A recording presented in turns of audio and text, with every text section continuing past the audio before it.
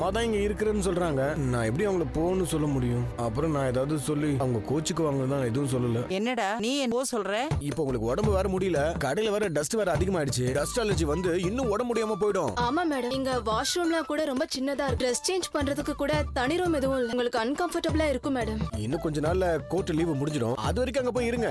சும்மா பிடிவாதம் பிடிக்காம எங்களோட வா. சரி வரேன்.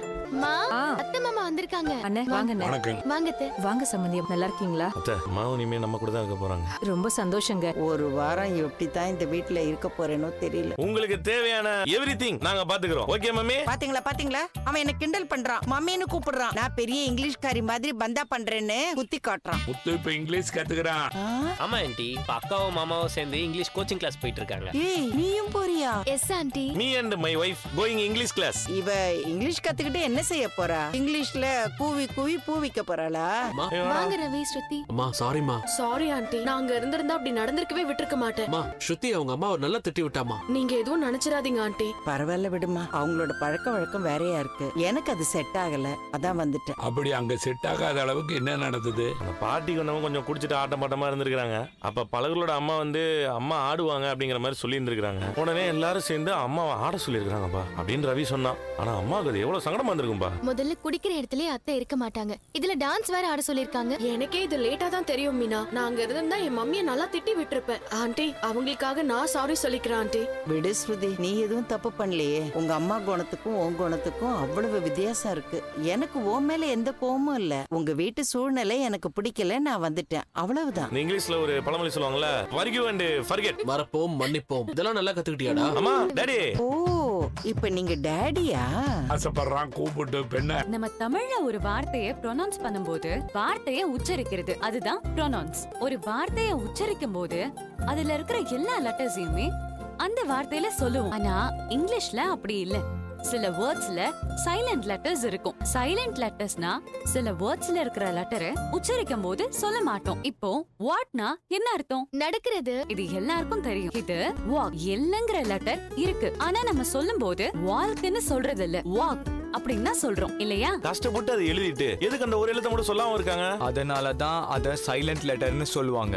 எஸ், இன்னும் சில லெட்டர்ஸ் சொல்றேன். இதுக்கு என்ன அர்த்தம்? எனக்கு தெரியும், அதுக்கு அர்த்தம் தெரியுங்கிறது தான். I know. இப்ப நோங்கிற வேர்ட்ல கே இருக்கு, ஆனா நம்ம சொல்லும் போது நோ அப்படின்னா நம்ம சொல்றோம். அதுக்கு அந்த கேங்கிற வார்த்தை இல்லாமலே இருக்கலாம்ல.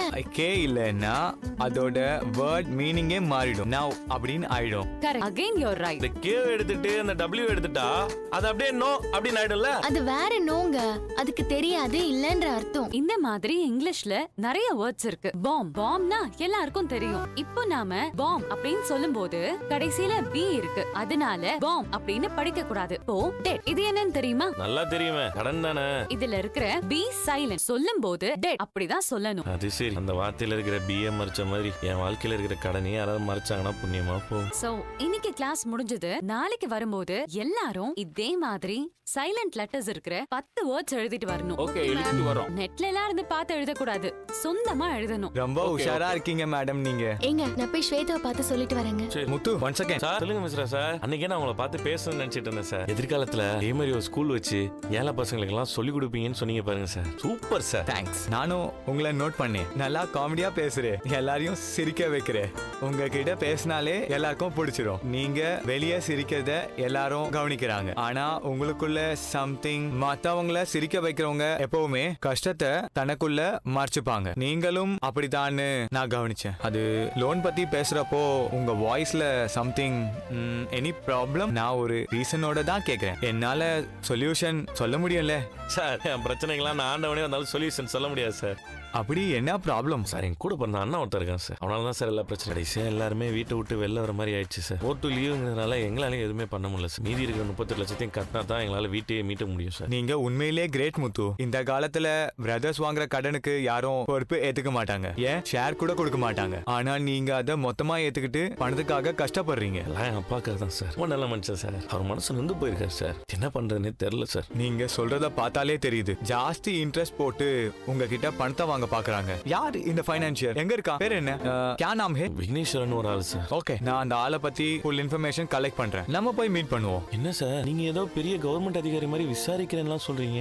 ஆமா முத்து, அதான் உண்மை. நான் இன்கம் டாக்ஸ் ஆபீசர். என்ன சார் சொல்றீங்க? அப்ப நீங்க உங்களை பத்தி பேசும்போதெல்லாம் சொல்லவே இல்லை சார். அது சீக்கிரட்டா ரைட் போவோம். அதனால என்ன பத்தி பெருசா வெளியே சொல்லிக்க மாட்டேன். என்ன மாதிரி ஆபீசர்ஸும் வெளியே சொல்ல மாட்டாங்க. உனக்கு புரியுற மாதிரி சொல்லணும்னா அண்டர் கவர். சார் ஆனா இப்ப என்கிட்ட தான் சொல்லிட்டீங்களே. உங்ககிட்ட சொல்லணும்னு தோணுச்சு முத்து. நான் உங்களுக்கு ஹெல்ப் பண்றேன். சார் ரொம்ப நன்றி சார். நியாயமான பணத்தை கட்டுற கூட ரெடியா தான் சார் இருக்கேன். ஆனா இருந்தாலும் அநியாயத்துக்கு வட்டி போடுறான் சார். புரியுது. அதனால தான் நான் வரேன்னு சொல்றேன். அந்த பினான்சர் கிட்ட கண்டிப்பா பிளாக் மணி இருக்கும். அந்த ஆள் எவ்வளவு பெரிய ஆளா வேணா இருக்கட்டும், எங்க டிபார்ட்மெண்ட் கிட்ட பயந்து தான் ஆகணும். நான் வந்து பேசுறேன். சார் நான் நேத்து தான் சாமி எல்லாம் திட்டினேன் சார். நல்லவங்களுக்கு உதவியே பண்ண மாட்டியா நீன்னு. சாமி ரோசா வந்துருச்சு போல சார். அதான் உங்களை அனுப்பி வச்சிருக்காரு. ரொம்ப நன்றி சார். பரவாயில்ல முத்து. ஆனா என்ன பத்தி நான் உங்ககிட்ட சொன்னதை இங்க யார்ட்டையும் சொல்ல வேணாம். புரியுது சார் புரியுது சார். இந்த இங்கிலீஷ் வார்த்தையில இருக்கிற சைலண்ட் லெட்டர் மாதிரி நீங்களே எங்க கூட சைலண்டா இருந்திருக்கீங்க. சரி, யார்கிட்டயும் சொல்ல வேணாம் சார். நான் யார்ட்டையும் சொல்ல மாட்டேன். அப்பா மீனாட்ட மட்டும் சொல்லிக்கிறேன் சார். நான் அந்த பினான்சியரை பத்தி விசாரிக்கிறேன். அப்புறம் நம்ம போய் பேசுவோம். சரிங்க சார். ரொம்ப நன்றி சார். நான் வரேன். என்ன குழம்புது? மிளகு குழம்பு சம்பந்தியமா? என்ன வைக்கிறீங்களோ? எங்க வீட்டுல மிளகு குழம்பு பண்ணேன்னா சாப்பிட மாட்டாங்க. அப்படியே ஊத்தி ஊத்தி குடிப்பாங்க. வாயில வைக்க முடியலமா. நீ என்ன யோசிக்கிறேங்கிறது எனக்கு நல்லாவே தெரியும். சில விஷயங்களை வெளியே சொல்ல முடியாது. அப்படியே அமைதியா இரு.